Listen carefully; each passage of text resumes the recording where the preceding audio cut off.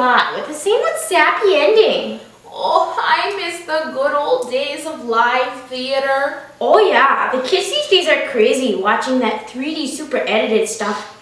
I think my great-great-grandson told me something about a green screen. What even is that? Oh, I miss Shakespeare. Oh, Lordy, I remember way back when I got to interview Shakespeare. No way! We might be old, but we're not ancient. Oh, they say age is just a number, dearie. I still don't believe you. Oh, just you wait. Let me tell you about it. It was a cold winter day on the streets of London. I was just waiting for my dear old father Henry to pick me up when I saw him. The Wizard of the Quill himself, Shakespeare.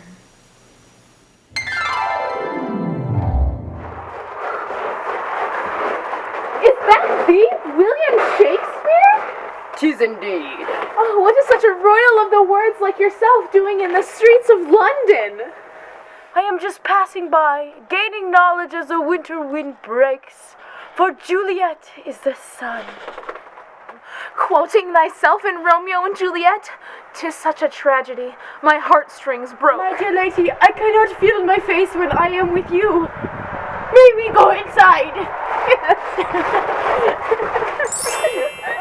That didn't happen, you old geezer. Oh, you be quiet and listen. I wanted to talk about Romeo and Juliet. The point is that it was a heartbreak. Dear lady, what is thy name? My name is Elizabeth the 20th. I come from a long line of warming servants to the Queen. 'Tis such an honor to meet you, sweet lady. Is thee still married? Oh, yes, my dear. My love, Anne Hathaway, and my 2 children, Susanna and Judith, are doing quite well. Every day with these kids has never asked me to be or not to be. For that is not the question. My children give me life through light. So isn't thou birthday arriving soon? Not until April 26th. I think I might return to my childhood home, Stratford-upon-Avon in England. That is quite a journey. But thee could afford such a trip, right? You are one of the Queen's men. It is the King's men. Oh. And yes, I am. I have been working side by side with these mighty men and have eloquently executed 15 works of art. It is only 1597. How daring and mighty of you. You are the best bard. Why, thank you, sweet one. So, what's next for you? Why, I'm not sure. I have colossal dreams to make the largest theatre known to man. I plan to call it the Globe. Say it again. The Globe. Say it again. The Globe. The Globe. Well, I must be going. And remember, dearie, life is a tale told by an idiot, full of sound and fury, signifying nothing. I shall remember that. Thank you, good sir. Goodbye.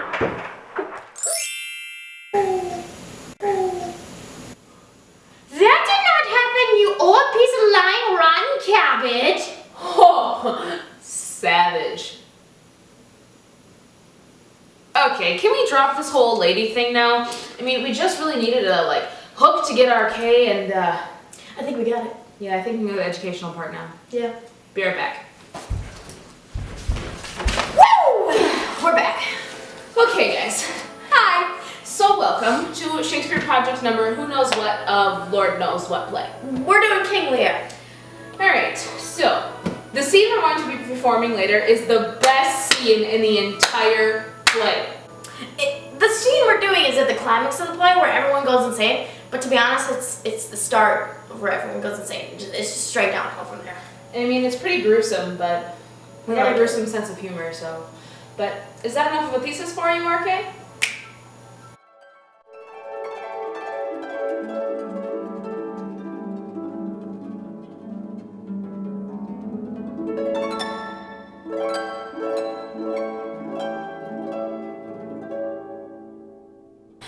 Before we dive right in, let's take a look at a couple of the main characters. Please enjoy this little map we've made and the nice voiceover to go along with it. To start it off, there's the man himself, King Lear. Lear is a super insecure dude who needs to learn about the power of sight, love, and truth. Not legit sight, but he needs to address his third eyesight. He needs to figure out his issues and accept the love he has, not the love he thinks he deserves. Lear also has 3 daughters, Goneril, Regan, and Cordelia. Goneril is the Bellatrix Lestrange of Shakespeare, maybe even the Dolores Umbridge. The point is, she's rotten to the core. Everyone hates her. Regan is the wannabe sister. She really wants to be like Goneril, or like her husband, the Duke of Cornwall. She also is kind of a butthole. Lear's 3rd daughter, Cordelia, is the light of everyone's life. She's a super honest kid who loves everyone, but she gets kicked out of the kingdom because her dad is a hothead. So moving on, not genetically, there's Kent. Kent is the most loyal servant to the king, but he is also brutally honest and gets kicked out of the kingdom. But he's got a stalker crush on Lear, so he pretends he is a different servant to watch him. Gloucester is also a part of Lear's posse. Gloucester's character is really meant to be a parallel to Lear. Their stories are very similar, but Gloucester physically learns what Lear has to mentally learn. Stay tuned for that, my dudes. So, anyways, Gloucester has 2 kids, Edmund and Edgar. Edmund is just a bad dude, and he knows it too. He just wants to cause trouble because he can.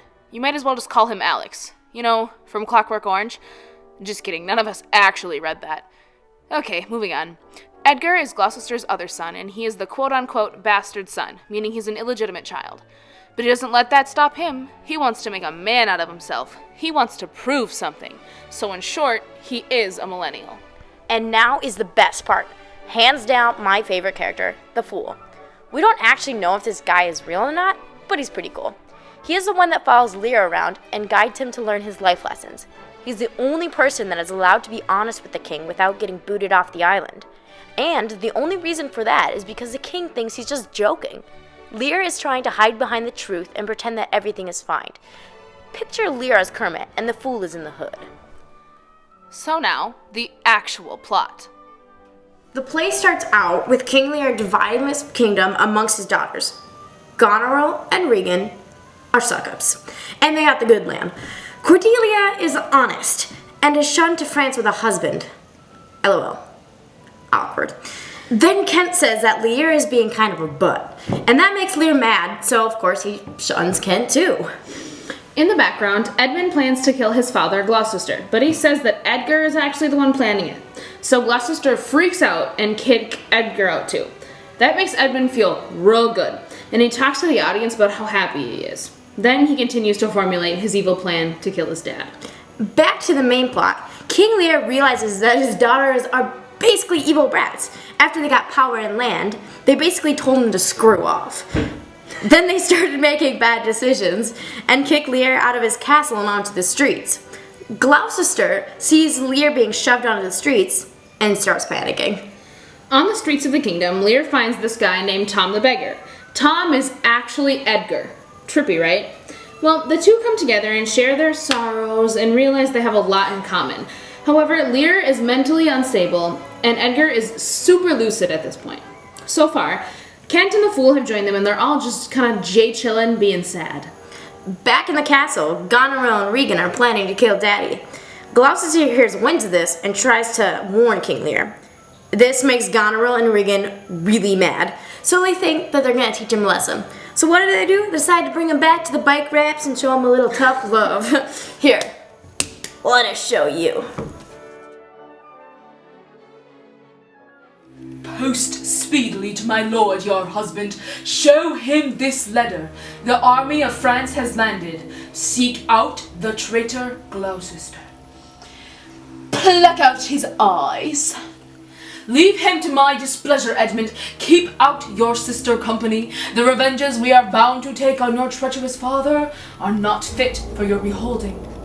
Advise the Duke where you are going, and to a most fascinant preparation.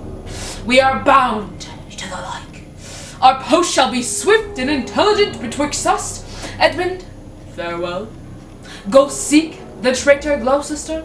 Pinion him like a thief, bring him before us. Though well we may not pass upon his life without the form of justice, yet our power shall we do a courtesy to our wrath, which men may blame, but not control. Who's there? The traitor? Ingrateful fox, 'tis he. Bind fast his corky arms. What mean you, graces? Good my friends, consider. You are my guest. Do me no foul play, friends. Bind him, I say! Hard, hard, O filthy traitor! Unmerciful lady as you are, I am none. To this chair, bind him! By thy kind gods, 'tis more noble to pluck me by the beard. So white and such a traitor. Naughty lady, these hairs which thou ravish from my chin will quicken and accuse thee. I am your host. With robber's hands my hospital favors. You shall not ruffle thus. What will you do? Come, sir, what letters have you late from France? Be simple answered, for we know the truth. And what confederacy have you with the traitors late-footed in the kingdom? To whose hands have you sent the lunatic king? Speak. I have a letter guessingly set down, which came from one of neutral heart, and not from one opposed. Go. Cunning. And false. Where hast thou sent the king? To Dover. Whereforth to Dover? I am tied to the stake, and I must stand the course. Whereforth to Dover, sir? Because I would not see thy cruel nails pluck out his old eyes, nor thy fierce sister in his anointed flesh stick boorish fangs. If wolves had been at the gate and howled that stern line, thou should have had said, good porter, turn the key. All cruels are subsided, but I shall see the winged vengeance overtake such children. See it thou shalt never. Fellows, hold the chair. Upon these eyes of mine I set my foot, lest it see more prevented. Out, vile jelly, where is thy luster now? Ah! Ah! Ah! My eyes! Ah! All dark and comfortless, where's my son Edmund? Edmund, enkindle the sparks of nature and quit this horrid act. Out, treacherous villain! Thou callest on him that hates thee. It was that made the overture of thy treasons to us. It was he who was too good to pity thee. Oh, my follies that Edgar was abused. Kind gods, forgive me that, and prosper him. Blah! Go thrust him out the gates, and let him smell his way to Dover. Turn out that eyeless villain. Throw this slave upon the dunghill. Ultimately comes this hurt. So now that we're done with the bloody blinding, let's see what happens after. Well, after being blinded and shunned from his kingdom, Gloucester meets up with Edgar, aka Poor Tom, and is led to Dover, where they meet up with King Lear, and Kent and the rest of the party. At this point, Gloucester wants to commit suicide, but Edgar thinks that it would be dumb, so he fakes it. Fakes it? Well, Edgar convinces Gloucester that he's at top of like a super big roaring cliff when he's actually just on flat land. So when he tries to jump, he survives, so Gloucester believes it to be an act of God. Okay, well next up, while this is all going on, Cordelia has been planning an attack with the French army to help take back her kingdom and her father. They land in Dover and meet up with the English army, which is led by Edmund. Oh, and the fool is now dead. Or disappeared, it's not really clear. Okay, back to Edmund. He's been a little caught up with things lately, and by things we mean two different women, Goneril and Regan. Talk about Channing Tatum and Scarlett Johansson, right, RK? Alright, so fasten your seatbelt, kids. This is what happens next. So, the two sides, Cordelia and the French and Edmund and the English, go to war. And it's basically supposed good versus evil. Edmund and the English end up winning the battle, and Cordelia and King Lear are taken prisoners. But in the meantime, Edgar and Edmund duel, and Edgar ends up winning, so 1 point to the good side at least. But unfortunately, Gloucester dies. Rip. Also, Goneril and Regan are going crazy in some Jersey Shore type of drama, and they scream at each other because they're both banging the same dude, aka Edmund. Goneril takes it really far and kills Regan out of pure jealousy and rage, and then she turns around and takes her own life as well. Back in the castle, in the cellar, Cordelia has been sentenced to be hung, and she dies as well. Once Lear learns of Cordelia's death, he also passes away from heartbreak, right? In his passing, Lear thinks that Cordelia is still alive because of a moving feather, but we know that's just hogwash. So that leaves Albany, Edgar, and Kent to scrape together the pieces and run the kingdom. So, but hey, 3 people by living at the end of the play, it's almost a comedy. Alright, we decided to pick a scene because it directly shows a couple of the major themes in the play. The first very blatant theme shown is sight. Throughout the entire show, sight is one of the most important things. At the beginning of the play, both Gloucester and Lear have blocked vision, and they can only see what they want. By blinding Gloucester, Shakespeare permanently disables his vision and forces him to see the truth about Edmund. For Lear, he needs to be banished from the kingdom, tossed into a storm, and left insane for his sight to be shown. A second theme shown is betrayal. This is shown in the scene because the sisters and their husbands betray Gloucester and Lear. A lot. This is cruel, but they kind of also show justice. The third theme prevalent in this scene and the rest of the play is how powerful truth is. In the opening act of the play, the truth is everyone's fate, especially Cordelia and Kent as they're both booted out of the country. In this scene, by admitting the truth, Gloucester loses his physical sight. Again, the truth is the painful realization of all the lies that the characters are choosing to believe. On the other hand, that is why the Fool is one of the most important characters. His ability to always speak the truth without consequence is what separates him from the rest of the gang. It's also why his disappearance is regarded as the changing of the plot, because everyone has discovered how to share the truth through sight. Okay, so moving on to the professional assessment of King Lear, what other opinions did you find? Well, I was digging around and I found this article written by Sid Smith, that summarizes King Lear in comparison to Hamlet.